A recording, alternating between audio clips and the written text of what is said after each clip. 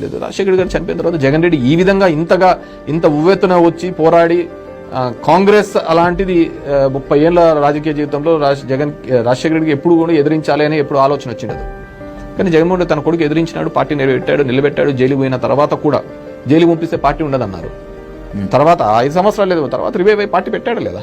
ఇప్పుడు 11 సీట్లు వచ్చిన తర్వాత జగన్మోహన్ రెడ్డి ఎక్కడున్నాడు అన్నాడు. మరి ఏ రోజైనా సరే ఈ 2 సంవత్సరాల్లో బ్యానర్ ఐటంలో కావచ్చు, చంద్రబాబు మాట్లాడే మాటలు కావచ్చు, పవన్ కళ్యాణ్ మాట్లాడే మాటలు కావచ్చు, లోకేష్ మాట్లాడే మాటల్లో కానీ జగన్ మాట పేరెత్తకుండా ఒక మీటింగ్ పెట్టమని చెప్పండి. అతను లేకుంటే 11 సీట్లతోనే అతను అంతమైపోయి ఉంటే అతను తలుచుకోవాల్సిన అవసరం ఏముంది? అతను తలుచుకోవాల్సిన అవసరం లేదు కదా. వెన్ యు ఆర్ ఆ పర్సన్ లేడు, రాజకీయాల నుంచి జీరో అయిపోయినాడు అనుకుంటే అతని గురించి మాట్లాడాల్సిన అవసరం లేదు. రోజుకి 20 సార్లు ఒక్కోటి తలుచుకోండి నిద్ర రాదు వాళ్ళకు. ఒకవేళ అతను తలుచుకోలేదనుకో, అతను ఏం